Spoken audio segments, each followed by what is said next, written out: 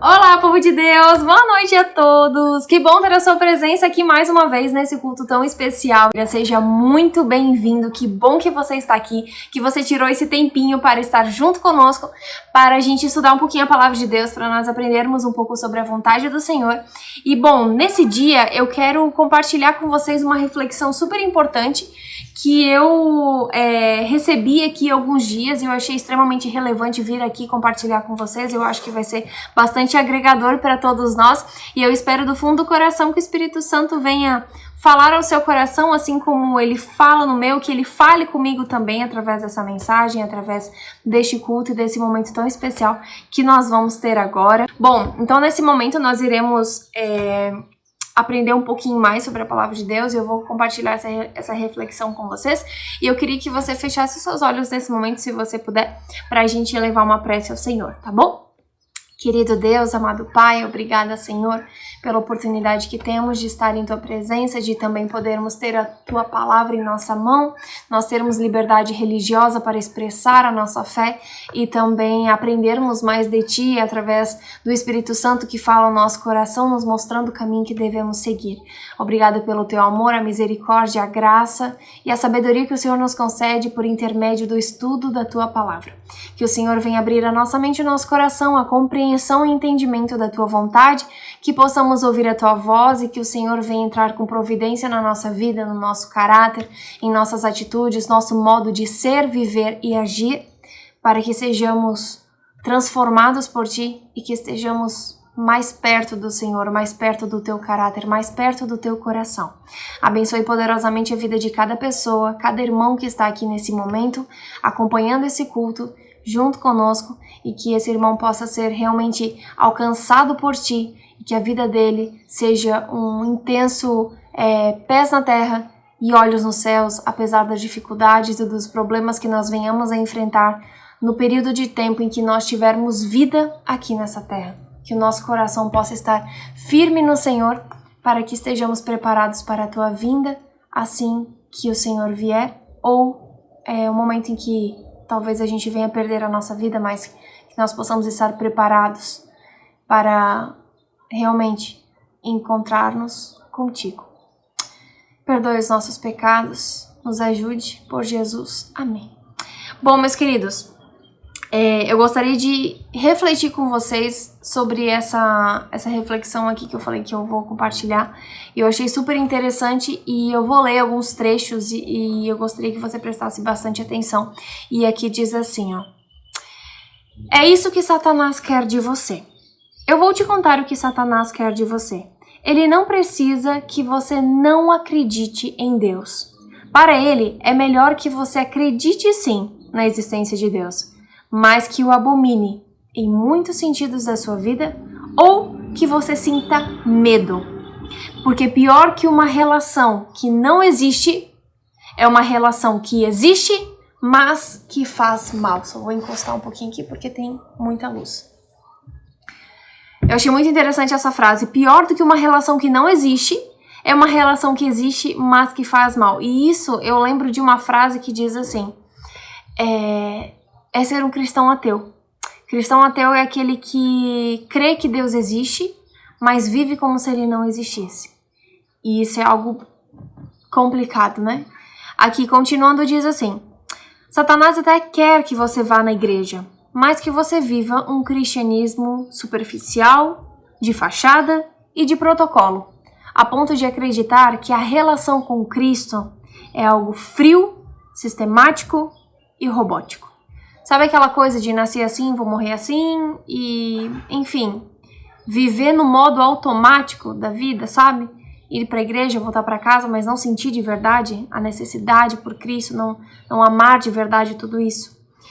Então, continuando aqui, diz assim: ele até quer que você vá na igreja, mas que você viva esse cristianismo superficial e que você compreenda que ser cristão é um fardo pesado demais, a ponto de ser cristão somente dentro da igreja, com a Bíblia debaixo do braço e falando carinhosamente, de maneira gentil, com as pessoas, com os amigos, com os irmãos e com os familiares, mas em casa viver uma vida diferente e não professar esse cristianismo de verdade em todas as áreas da vida, seja no trabalho, na escola, na faculdade, em casa, na vida financeira, com seus compromissos, suas contas a pagar, com os seus estudos, com a sua saúde, com a educação dos filhos, na questão do casamento e por aí vai.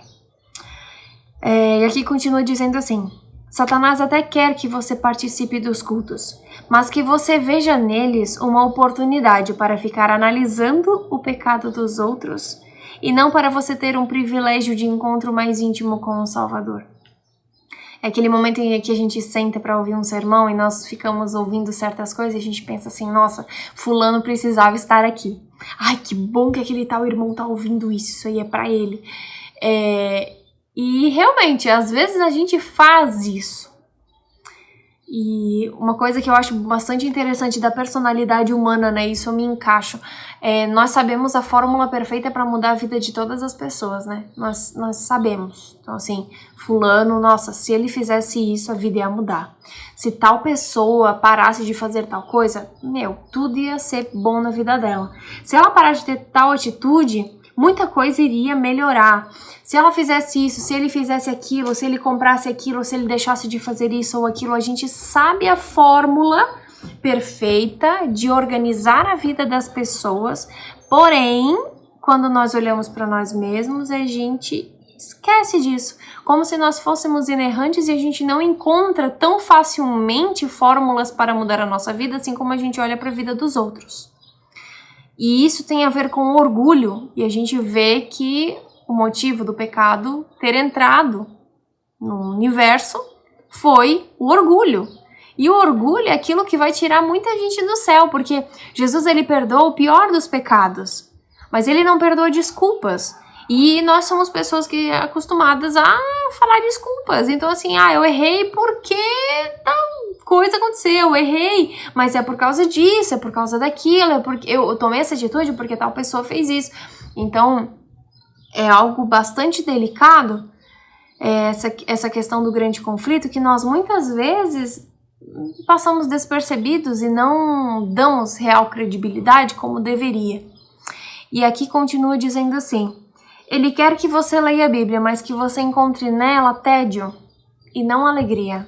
Quando você pegar a Bíblia para ler, você vai ler, mas de um modo bem superficial, sabe? Pensando, quem sabe, no que você precisa fazer depois, ou lendo um versículo e o seu pensamento estar longe. Já aconteceu isso com você? Você está lendo a Bíblia e o seu pensamento está vagando lá longe, nada a ver do que está sendo lido. E quem sabe você lê um capítulo inteiro e você chega no final e pensa assim: gente, o que foi que eu li? Porque o seu pensamento estava longe. Então essa é uma das vontades que o inimigo tem para nossa vida, até que a gente leia a Bíblia, mas que a gente encontre tédio. E aqui continua dizendo: ele até quer que você se relacione com pessoas religiosas, né? Mas com aquele tipo de pessoa religiosa que não demonstra realmente um cristianismo autêntico, um cristianismo leve, um cristianismo bom, mas que seja algo pesado, algo de fardo, uma pessoa que não demonstra realmente Jesus, não fala sobre ele, apesar de se dizer cristã, que não seja uma pessoa que exala o perfume de Cristo, que não glorifica o nome de Deus, que não incentiva você à santidade e tudo mais.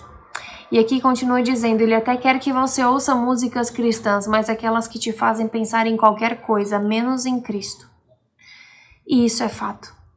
Quantas músicas nós vemos hoje em dia que são tão antropocêntricas, né? Ou seja, o homem no centro de tudo, eu, minha vontade, minhas necessidades, meus sentimentos, minhas emoções, os meus gostos, os meus sonhos, sendo que o louvor em si, a essência da adoração tem que ser cristocêntrica.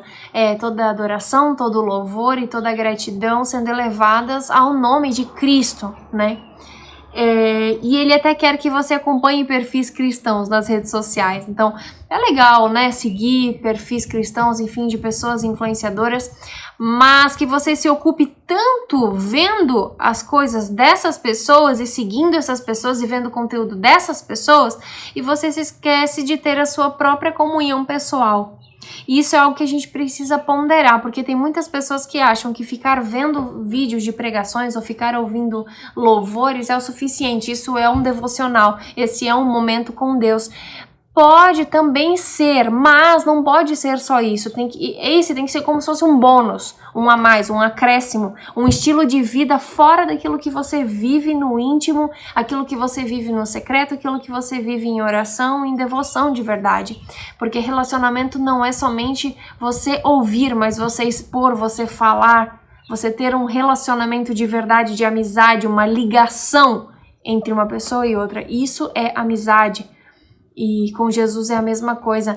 E aqui, para finalizar, diz assim: pois é, mantenha os olhos abertos e atentos. O mal e o perigo nem sempre se apresenta a você como você espera. E isso é fato. O mal e o perigo da vida espiritual não vão se apresentar a nós da maneira como a gente acha que vai ser, usando o nosso ponto forte. Não. É o nosso ponto fraco que muitas vezes a gente não admite que nós temos. É exatamente nesse ponto que o inimigo sabe que ele vai conseguir fazer com que você caia, e o pior, que a gente fique prostrado, caído, cego, achando que tá fazendo tudo certo e, além do mais, com um orgulho bem grande no coração, não admitindo que precisamos mudar. E essa é uma artimanha terrível que nós precisamos cuidar. Em 2 Coríntios, no capítulo 4, verso 16 até 18, para finalizar, diz assim: por isso, não desanimamos. Embora exteriormente estejamos a desgastar-nos, interiormente estamos sendo renovados dia após dia. Pois os nossos sofrimentos, leves e momentâneos, estão produzindo para nós uma glória eterna que pesa mais do que todos eles. Assim, fixamos os olhos, não naquilo que se vê, mas no que não se vê. Pois o que se vê é transitório, mas o que não se vê é eterno. Que essa palavra possa calar fundo no seu coração e que você coloque realmente Cristo como prioridade na sua vida e tenha os seus olhos espirituais bastante abertos e a sua visão cristã bastante aguçada para conseguir ter a percepção das armadilhas e das tentações e das pedras no caminho que o inimigo acaba colocando, e às vezes a gente cai. E achamos que nós iremos cair só com as grandes coisas, né? Nós nos preocupamos com as grandes coisas, mas nós não nos preocupamos com as pequenas, e são as pequenas coisas que mais destroem a nossa vida. Como cristão, como pais, como filhos, como irmãos, como amigos, como trabalhadores, como estudantes, como filhos, enfim, como ser humano mesmo. São as pequenas coisas que vão corroendo a felicidade, a esperança e a salvação do nosso coração. Que Deus te abençoe muito. E nesse momento eu quero convidar você a fechar os seus olhos mais uma vez e nós levarmos uma prece a Deus para finalizarmos esse momento, tudo bem? Amado Senhor, te agradecemos, ó Deus, porque temos essa maravilhosa oportunidade de conversarmos contigo e também aprendermos de ti, da tua palavra, os teus ensinamentos.